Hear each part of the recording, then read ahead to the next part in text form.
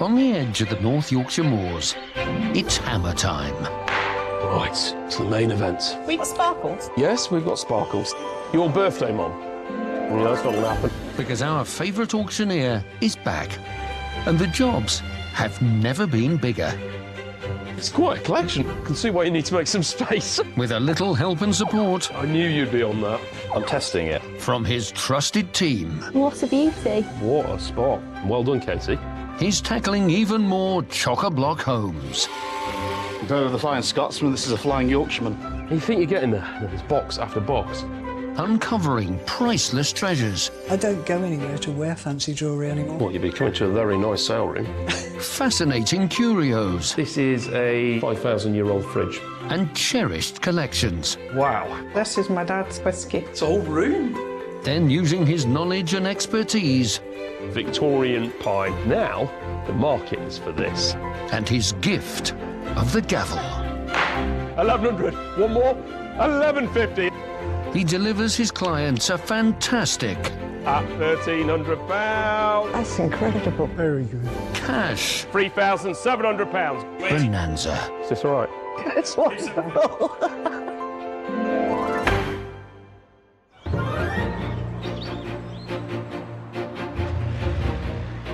Where are we going? Well, it's a long, long way. I mean, virtually France, really, because Yeah. we're off to East Sussex. Okay. Full steam ahead. Hopefully we'll stay on track today. Train job, is it then? Yes, it is.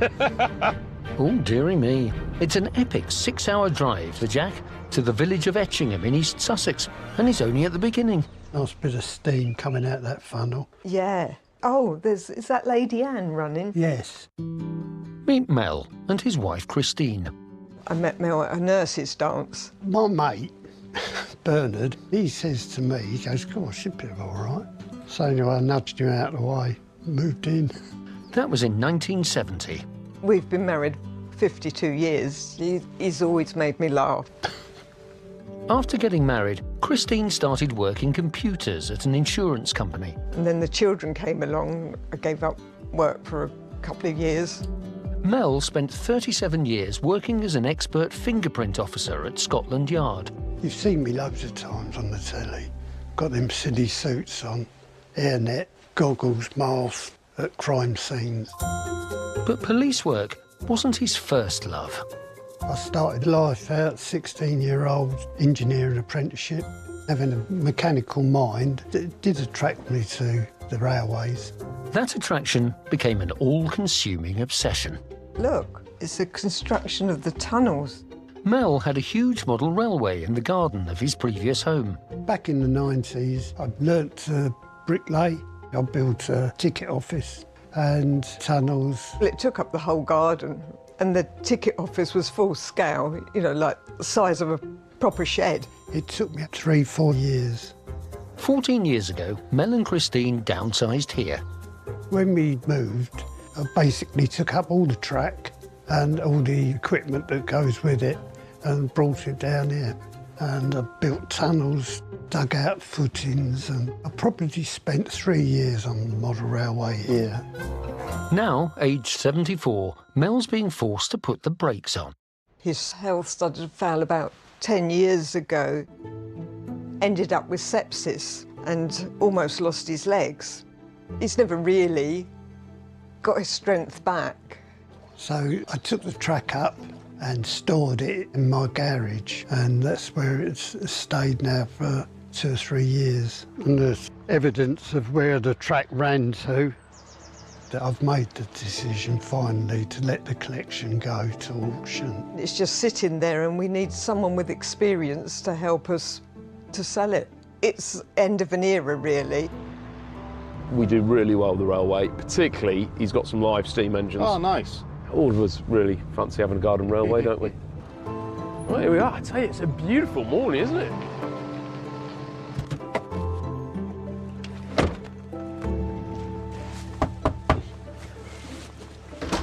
Hello, Angus. Oh, morning. You all right? Yes, come in. All right, thank you very much.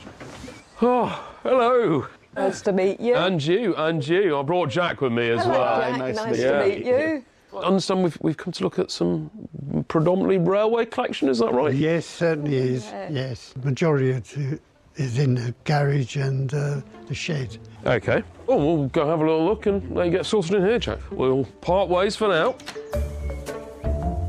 Was this where the railway was? Yes, came all through here and up the garden and then round underneath the tunnel. So you created a lot of landscape as well to go with it. Oh, yeah. I think it's wonderful. Oh, I'm excited for this.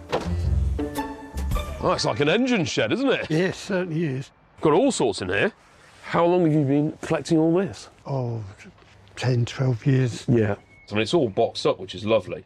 That's nice, isn't it? The dining car. LGB, the Lehman Gross Band, the big train. Originally known for its miniature model toys, the Ernst Paul Lehmann Patenwerk Company began life in 1881. 87 years later, in 1968, they started their Lehmann Gross Bahn line. They were hard-wearing large metal model trains. Only 22 times smaller than the real thing, they were known as G-scale model trains. The G standing for gross, the German word for big. Eventually, the G became synonymous with the word garden, as the trains were perfect for large-scale railways in people's backyards. The railway's very big in Yorkshire. There's quite a few engineering sort of clubs and societies that do a lot of live steam, things like that. That's good. The dining car coach will be placed in a lot with 3 other coaches. Is it all to go, or...? Yeah. There are 40 other boxes of individual locomotives, trams, coaches and goods wagons here that'll be split into 9 more lots. Like this model of an electric rail bus, a self-propelled carriage that runs on railway tracks without needing a locomotive. Right, well, leave me to it, and me and Jack will get everything loaded up. Hey, Thank you. So what are you thinking, Angus? Has this collection got traction or what? Wow. Well, it's an absolutely wonderful job. Bittersweet, you know, Mel's having to give up his garden railway, and he's had huge amounts of enjoyment out of it, but he just can't do it anymore, so it's time to move the collection on. Oh, wow, look at these. These are quite incredible. Cast out of sort of pottery or concrete cast or stone, and some of them will be kits that you could buy. You'll be able to buy a mould, pour in, you know, a sort of a cement concrete type mix, take them out and then paint them up. It was hard work, of course, working as well, so you only got like the odd weekend here and there to do things. But yeah, it's kept me sustained, if you like. Mel has over 40 model buildings in this shed. Will people buy these, Angus? I think there is a market, and not just to railway people. Quite often people like to have a little garden scene, like a little model village that you could have as a little quirky feature. Angus will split this collection of outdoor buildings and scenery into 3 lots, including this one that features tunnel entrances, embankments, houses and a terrace of 3 brick cottages. I think they're great. Create your own village in your garden. Get it on the van. Now, where's the muscle gone? Oh, you're right, Jack. How are we getting on? I've got something you'll like. I quite like it. Yep. Bit of militaria. Ephemera. Oh. It's not just model trains then. Mel and Chris want to auction some other keepsakes too. The Relief of Ladysmith, February 28th, 1900. This framed collection of train tickets and personal items are from British soldiers who fought in the Boer War, in what is now South Africa, between 1899 and 1902. That was when the British Empire wanted to control the diamond and gold-rich areas of Transvaal and the Orange Free State, then occupied by the Boers, Dutch, German and French settlers who'd been there since the 17th century. So you've got this sort of like armband to celebrate the relief of Ladysmith, which was given soldiers. That came from my great uncle Albert, who fought at Ladysmith's. It was given to him by a Boer prisoner of war, who he gave a cup of tea to. After several failed attempts, British forces, led by General Sir Reevers Buller, freed the town of Ladysmith from a 118-day Boer siege. One of the early skirmishes was known as the Battle of Spion Kop.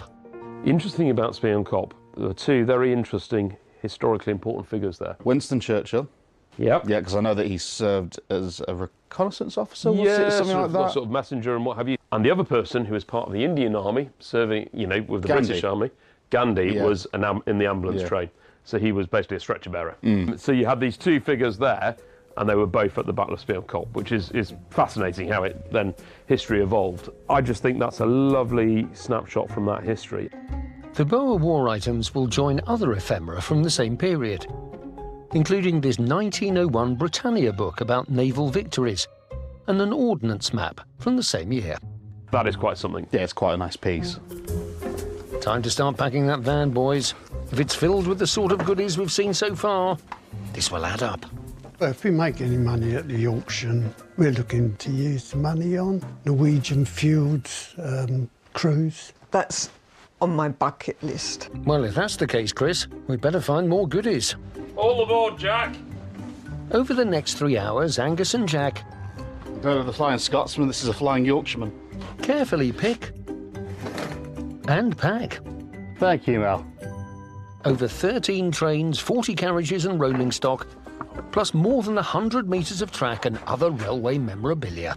More relief than sad, I think. So I do think Mel's putting on a very brave face for his train set. Oh, Jack, I'm running out of steam. Yeah. Just ignore him, Jack. Chugging along. Besides, it looks like he's found something else for the van. Look at this. How wonderful is that?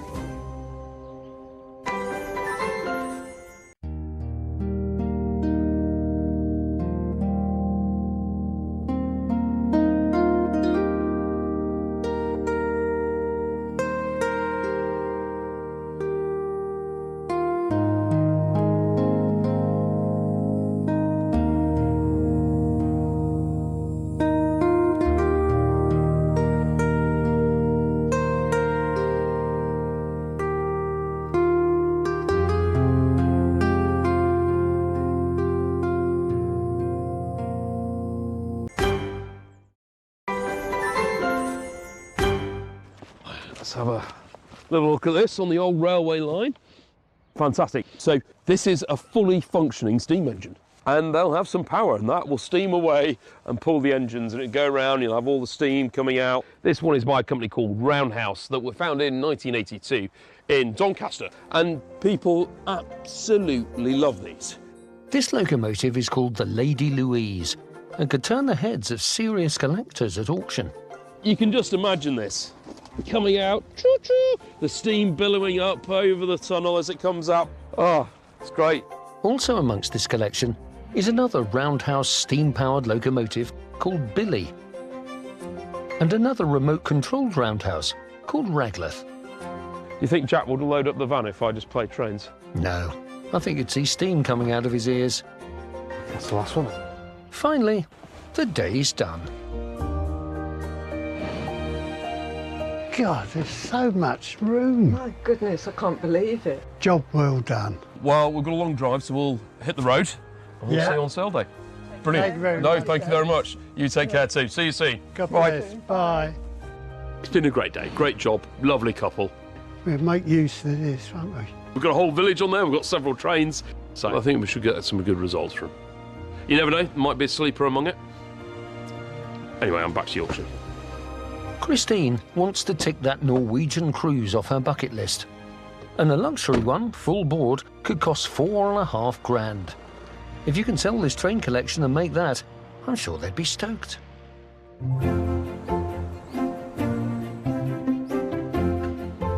Right, Katie, Hello. do you like your trains? I and stuff, do, don't you? yeah. So they might be quite heavy. Back at base, Angus's team unload the haul from East Sussex, carefully sorting Melvin's collection in preparation for the sale. I mean, that's really impressive. This sign, that adorned several trains during the 2000s, was in Mel's shed. Cast aluminium. I think, you know, names gave them a personality, and I think that's what we love. The trains this plaque adorned were steam-hauled and operated a heritage line that ran around Worcester and the Malvern Hills, a region closely connected to the famous composer Sir Edward Elgar. Just a good, decorative lot. That'll be music to Melvin's ears, Angus. Excellent. Oh, I'll do all right.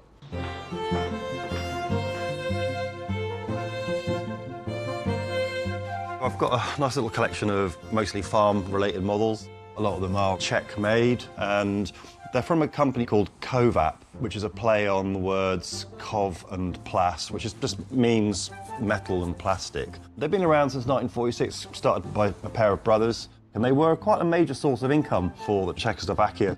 Back in the socialist era, they were allowed to export to the West, so they were a successful company, and they're still going today. But what I love about this, and I've had a couple of these before, but never in such good condition, is just the amount of detail and the functions that they have. Yeah, you wind it up and it'll trundle along. You've got working steering. You've got 3 gears here, which is just fantastic. I mean, how many models like this have functions like that?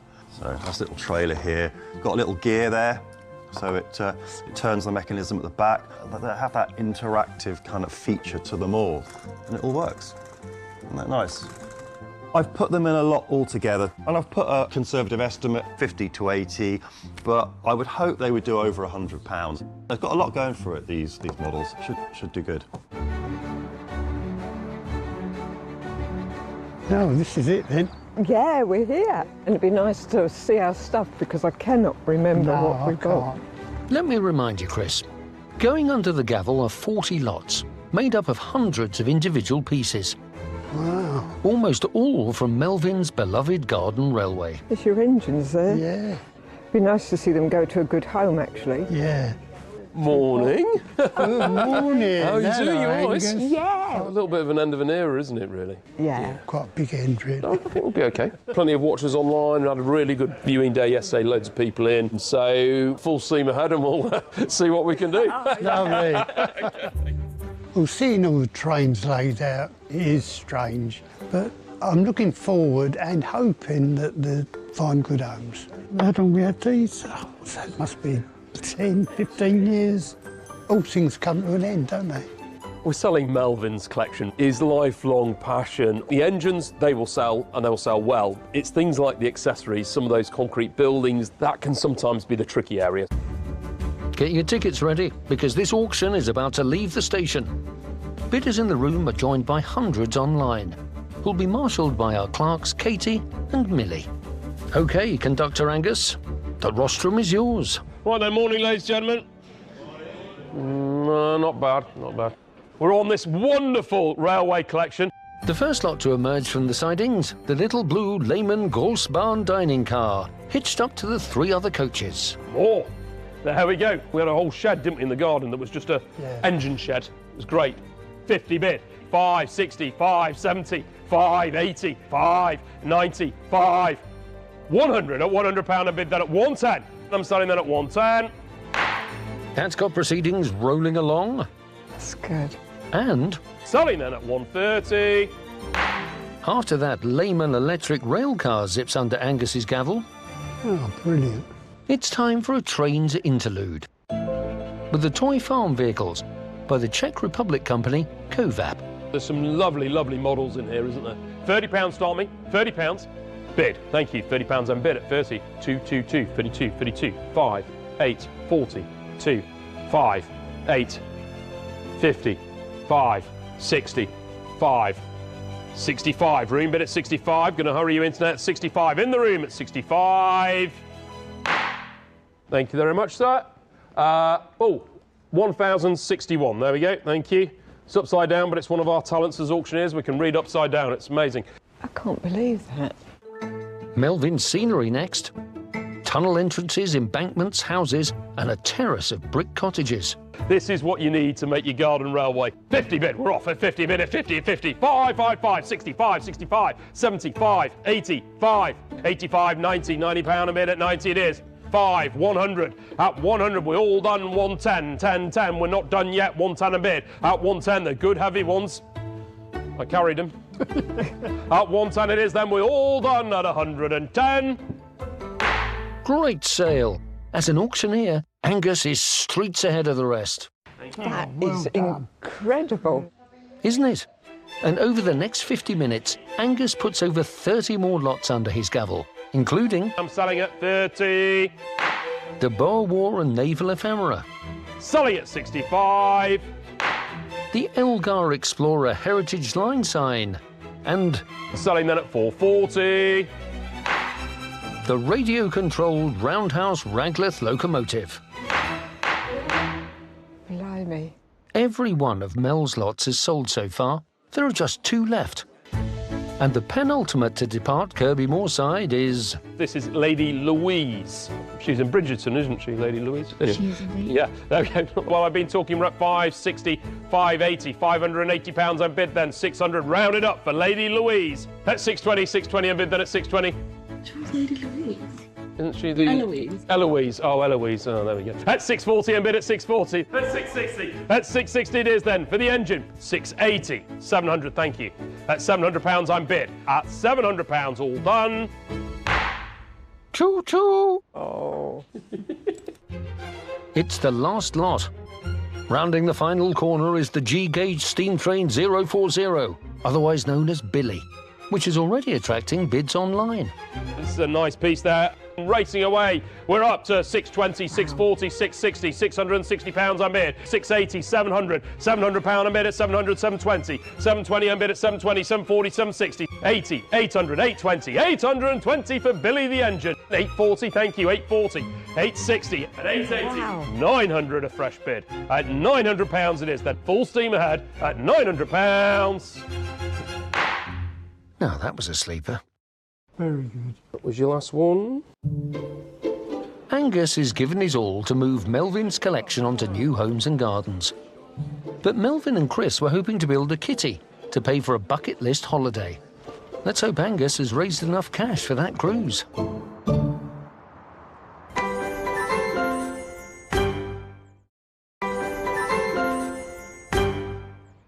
Hello. How was that for you?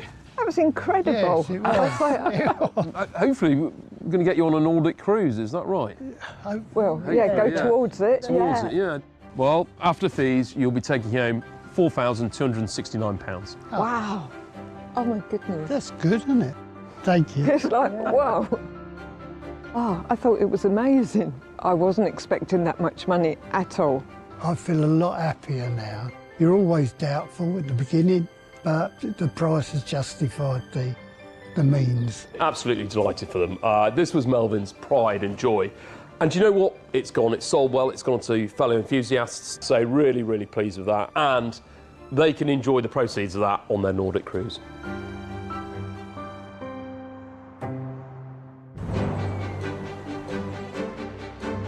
Well, Nick, I think you're going to enjoy today's job. We're off to South Lincolnshire, actually. Yeah, I go there quite a lot, don't we? Very pretty. Yeah, I've got family down there, always nice part of the world. We're going to go see Louise. Your daughter Kimberly's going to be with her, and potentially there's a house full. This is Mum Louise's home. Her daughter Kimberly is visiting for the day. Louise shares her home with her husband, Kimberly's dad, Owen. I met Owen in our local pub where I worked. I got to know him very quickly, and then we became good friends. They became more than good friends, and after 6 years courting, Louise and Owen tied the knot in 1994. It's been great. It's been fun. Life in general has been really good. In 2025, the couple swapped a large 4-bedroom house for this 3-bed semi. We spent nearly 30 years in our old house, which was great. We had 2 large reception rooms, so it was absolutely lovely. The downsize wasn't just because their 2 children had flown the nest. In August 2022, Owen was diagnosed with a rare form of cancer, and it turned our lives upside down, really. So we took the decision that it was the right time to move. I could be close to family, and this house is manageable for one person. Owen's currently in recovery. He has good days and bad days, so we want to make the most of the good days. Come here. They've been through a really hard time as a family. It's tough, isn't it? Because it sort of changes all your plans, doesn't it, when something like that happens? It's Yeah, you have to reassess a lot, don't you? So this is their new home, but it comes with a slight problem. When my mum and dad moved into this new house, I was shocked that they went for something quite so small, considering the amount of collections that they have. I just collect and collect and collect. My collecting actually started many years ago when I joined the WI, and I noticed very quickly that WI ladies always like a cup of tea in a china cup. So I went to a charity shop and found my first cup and saucer, and I started collecting ever since. It's not just posh porcelain. I've got some glass fish, costume jewellery. I'm actually quite happy that she's finally doing it because it has taken over the house, and I would say it is time to let go of it and start new. I still had plenty of space in the old house, but here I've just got no room at all. Owen obviously has to take it easy and focus on his health. Therefore, he's given his blessing to the clearance, but will mainly leave it to Louise and Kim today. Oh, here we are, I think. That's it.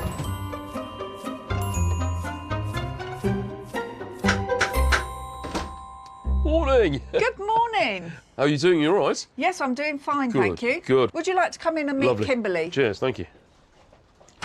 Hi, how are you doing? You all right? I'm good, how are you? Yeah, I'm all right, yeah. So, how is it we can help today?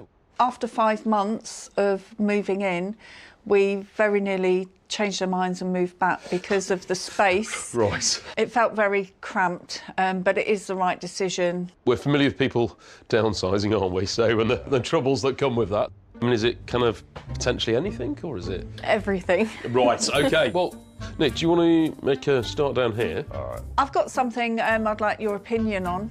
Oh, well, let's go have a look. Yeah, OK. Wonderful. OK, Angus, so pretty much anything from here. I can see why we need to have a fin out. It's kind of on top of you, isn't it, really? It is, and I would just love to get this room back. Back. OK. So you're happy, anything in there that we can do something with, we can take and create some Absolutely, space. yeah. Yeah, wonderful. And you've got some Murano fish, or certainly in the style of? I started collecting those because my mother had quite a few of these and they just reminded me of my childhood. To qualify as Murano glass, these fish would have to have been made on the island of Murano, just off the coast of Venice in Italy. Glassmakers there have been making their vibrant, textured and layered glass since 1291, but it's greatly copied. It's estimated nowadays that between 70 and 80% of Murano glass isn't actually Murano glass. These won't be worth as much as real Murano. Nevertheless, they're really quite cool. They're of a period, but they're starting to come back as a bit of a cool, funky, decorative piece. These will go into a mixed lot with some other glass pieces. Right, leave me to it. We've got quite a bit to do, but we'll see what we can do. OK, that Brilliant. is fantastic. Right, Angus, have you got the measure of this job? You get a sense, really, of the problem, you know, big downsize, and it's just on top of them. You don't really want that burden on your shoulders when you've got other, more pressing issues, I think. But we'll make an impact. Hi, Owen, it must be. Hiya. How are you doing? You all right? Yeah, I'm all right, you? Good. I think we've come to clear you out a little bit, haven't we? Yeah. Yeah. Hopefully, yes. And how are you doing? I'm doing OK at the moment, yeah. I'm doing OK. You have ups and downs, but... Yeah. That's... But things as good as they can be at the moment? They are as good as they can be at the moment, yeah. Good. A mixture of all sorts, it looks like. Yeah. Yeah. Is this more Louise's collecting, or is it... Oh, yes. Right. I'm starting to build a picture here. Wonderful. Well, we'll endeavour to clear you some space. See you soon. Thank you very much. My word, Nick, you found a hoard of Wedgwood. Yeah, just really, really nice. When you talk about English ceramics and porcelain, you can't not talk about Wedgwood. It's up there as one of the greatest. And this is known as jasperware. It's iconic, really. In the 1770s, English potter Josiah Wedgwood created a new ceramic, jasperware, in his drive to achieve finer, more durable wares. Renowned for being hard-wearing and produced in around 30 colours, from the familiar Wedgwood blue to the rare crimson dip, it was named after jasper, an opaque quartz found in many shades. It's one of those classics that you almost have to have a piece in your house. Louise's collection of jasperware numbers over 100 pieces and will be sold in one humongous lot. You all right packing those up? Yeah.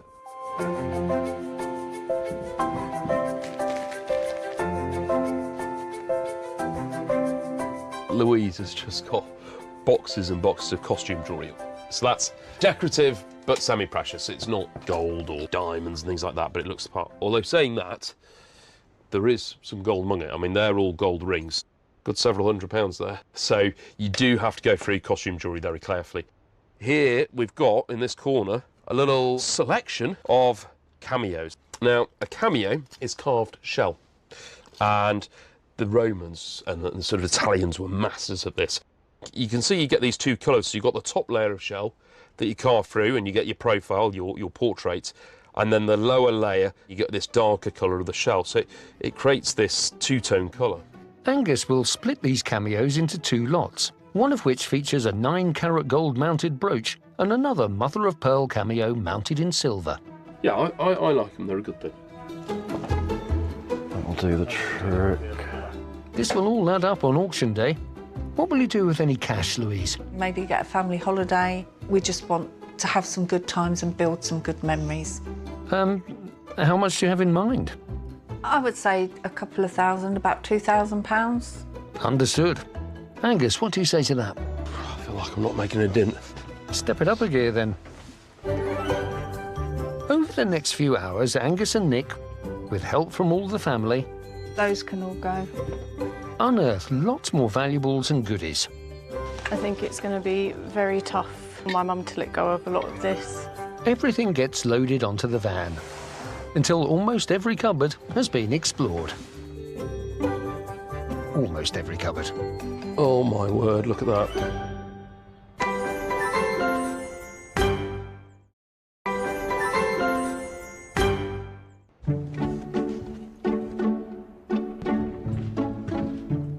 Royal Albert Country roses. And more roses. And more. Lots of Royal Albert Country roses. There's probably a 12-place tea set, there's tureens, there's dinner plates, side plates, there's literally everything. The WI must have loved this. It's an interesting one, actually, because generally speaking, tea sets and that sort of thing, they're not as popular as they used to be. People just aren't doing that formality. You know, we all just use a mug, don't we? Not in my house. But there's always exceptions to the rules. The old roses pattern, it is one of the best patterns ever to sell of dinnerware. The original design was released in 1962, and it was meant to encompass that quintessential English look. Hugely popular. We see a lot of this go out to Eastern Europe and the Far East as well. And there is absolutely loads in here. There are actually over 80 individual pieces here that'll go into one giant lot. Thought I'd got all the Royal Albert, but there's the miniature tea set. There's tea sets everywhere. This miniature set of mixed patterns might be small, but they could fetch a mighty bid or two. And with those on the van, the day is definitely done. So it's a reasonable load, and it doesn't make a huge dent in the house, but there's quite a bit came out. There was a lot of shelves that were very full. Yeah, it's amazing. Yeah, it's made a big dent. It's a new beginning, new chapter, and it gives us an opportunity to actually make this house our home. Yeah, exactly. Hopefully it's at least started the process. We'll get back and we'll see you all on sale day. See you, bye-bye. It's been quite an emotional day, to be honest. It did bring back some memories, but it did need to go. Well done today for letting go of all of your collections that I know mean something to you. Well, we're done. Me and Nick have grafted, actually. There's a lot on the van, but it is a mixed load. Yeah, there's 1 or 2 star bits in there. Wedgwood would do all right. The country roses will do all right. It'd be great to raise them a good sum of money to have some really quality family time. We'll endeavour to do our best. After a challenging few years, Louise and Owen want to create some happy memories for the whole family. Over to you, Angus.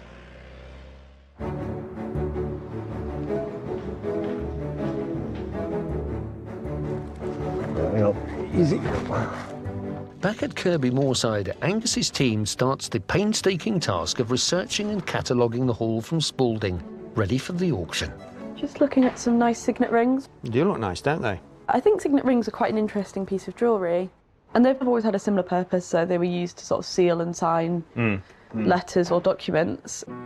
Dating back over 4,000 years to Mesopotamia and ancient Egypt, signet rings became especially popular in Roman and medieval times. Their engraved faces were pressed into hot wax seals on letters and envelopes, providing authenticity and revealing if a message had been opened or tampered with. Family crests, coats of arms and initials were common designs. I mean, we're probably talking like heads of families and like the aristocracy. How do you think these will perform at auction? So I've split them into 2 lots. I put this one on its own at 2 to 300. Made from 9-carat gold, this was passed down to Louise. And then this one, just because it's slightly daintier and slightly finer gold, is in a lot with these 2 wedding bands. All 3 of these are also 9-carat gold. So I think they'll sell in that range, or maybe surpass, hopefully. Hope so, yeah.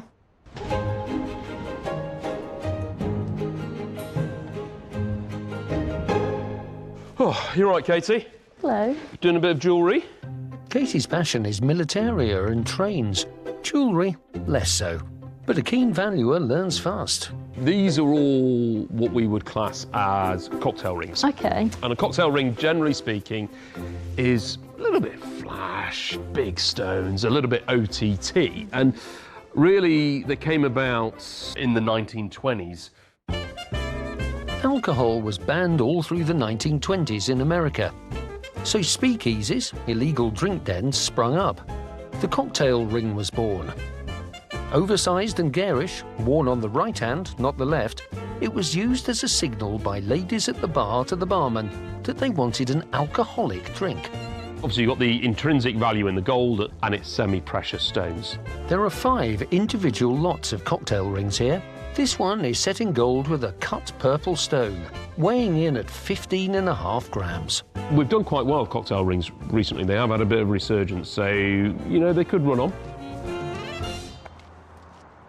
Here we have a goblet, a hallmark silver goblet, and it dates from 1969. Every piece of English silver has to have several things on it. It has to have what's called the Assay Office mark. This has a crown on it, and the crown is from Sheffield. And it also has a date letter on here, which is a B, and you can say without doubt that this is made, or was made, in 1969. Interestingly, it looks to have been blued, and maybe that is to make it look older.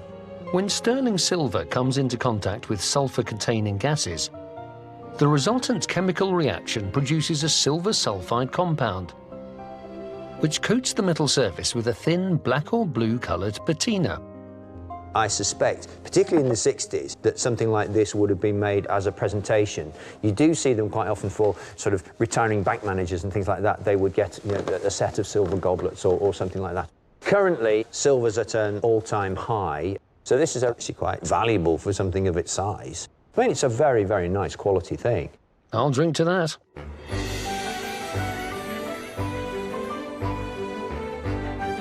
Oh, I must admit, I am a bit nervous about today, but I know it's the right decision. We shall see. Louise has 38 lots in today's auction. Oh, wow. Look at all this. We've had some good dinner parties with this. Every time I see it, I just love it, but I haven't got the room. These, I used to wear these all the time. This collection was actually Auntie Sheila's. She'd been collecting it for many years, and she said when she passed away that she'd want me to sell it. So this is what I'm doing. Morning. How are you doing? Are you all right? Yes. Yeah, good, good. All excited for the sale? Yes, and a bit nervous. Oh, and obviously we've got the world's largest collection of Royal Albert. I'm excited to see it all go. You just want everything gone, don't you? Well, we'll try and find a good home for that, and I'll let you have a look around, and I'll catch up with you soon. Lovely, thank you.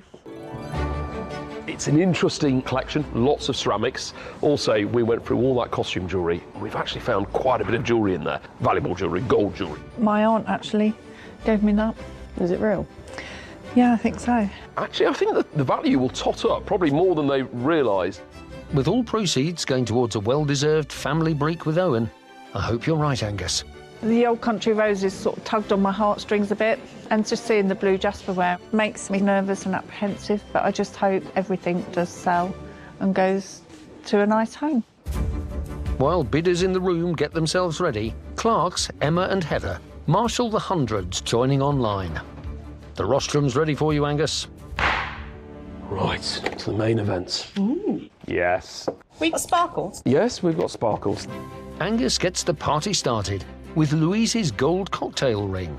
This is the nice one, the sort of serpent mounts on it there. We've got a lot of interest in this, 280, 290, £300 a bid. At £300, that was taken over the sale away, then the ring at 300. A roaring start. Oh my goodness. Another ring next, This time the 9-carat gold signet inherited by Louise. Lovely one there. I've got 120, 130 at £130 to the bid. At £130 that I'm going to sell at 140. Fresh bid coming in now at 140. Net bid at 140. Nicely done, Angus. And that's followed by... At £190. The other signet ring and the 2 9-carat gold wedding bands that all get the Yorkshire seal of approval. Wow. More of Louise's jewellery next, and a lot containing the 9-carat gold mounted cameo and a mother-of-pearl carved cameo. A few cameos, didn't we? We're up to 100. 100 we're at 100, 110, 110. At £110 it is, then at 110. 120, fresh bid, thank you. 120 it is now. All done, quickly at 130, thank you. 140, thank you. 140 it is, then at 140. And we're all done at 140. They've smashed their estimate. Can't remember, actually. And Angus's gavel keeps on giving. Over the next 30 minutes, he sees off more than 20 lots, including... At 170. The 1969 Sheffield silver goblet. Selling at 55. The lot of not quite Murano glass fish and other glassware. All done at 35. Louise's large collection of costume jewellery. And... Now 170. The miniature Royal Albert teacups and saucers. That is amazing. That leaves just 2 lots left. First, it's Auntie Sheila's blue jasperware. All 7 boxes of it. Huge, huge collection. We've got 170, 180, 190, 200 we're at. 210, 220, 230, 240 at £240 I'm bid then. 250, 250, 260, 260, 260 it's at. 270, 270 at 270, 280, 280, 290, 290, 300, 300 at 300, 320, 340, 360, 380 at 380. Gonna sell at 380. That's the jasperware boxed off. It's amazing. The last lot now. Louise's cherished collection of Royal Albert Old Country Rose dinner and teaware. Lovely, lovely collection there. There we go. Where should be for this? We'll open at 250. 250 and bid at 250 it is then at 250, 260, 70, 8, 300, 320. You're all in at so much. 380 we're up to now. 400 and bid in the room. 420, 420. 440 I've got. 460. 500 I'm at. 520, 540. 540 it's at. 560 back in. 580, 600, 620. Oh my God. 640, 660, 680. Round it up for me. 700, thank you. At £700 then we all done the Royal Albert. 720. Just in time. 740, 760, 760, 760 it is, then at 760 at £760 a bid, 780, 780, rounded up £800, let's be having you, 780, gotta be quick, gavel is going up, I'm gonna sell then, 800 bid, thank you, 800 it is, 820, thank you, 820 in bid, then at £820 a bid, at 80, you can't believe it, can you? At 820 it is, then 820, I'm selling at 820. What a way to finish. You're done. It's gone. Angus's aim was to create a feel-good kitty that could fund some memory-making for Louise and her husband Owen. So Angus, it's time to share how much cash you've made them. Hello. Hello. Was that all right for you? That went really, really well. Yeah. Much better than what we thought. Some of the jewellery was a real shock. Yeah. And also the Old Country Roses went really, really well. Well, would you like to know what you'll be taking home? Yes, please. Well, after fees, you'll be taking home £4,599. Oh my God, wow. Happy? I was not expecting that. That is amazing. I think I'm probably going to cry, so I'm just holding it back. What do you think Owen will think? I think he'll be totally shocked, and we will definitely have some good quality time together. Thank you. No, absolute pleasure. It's going to make a massive difference. I'm actually relieved it's gone. I can get the house to how we want it, and the money generated from it is going to give us some nice time together. Absolutely fantastic results. The Country Roses, we knew it'd sell well, but, you know, it sold really well. And it means as a family, you know, they're going to come together and just, you know, make some good memories.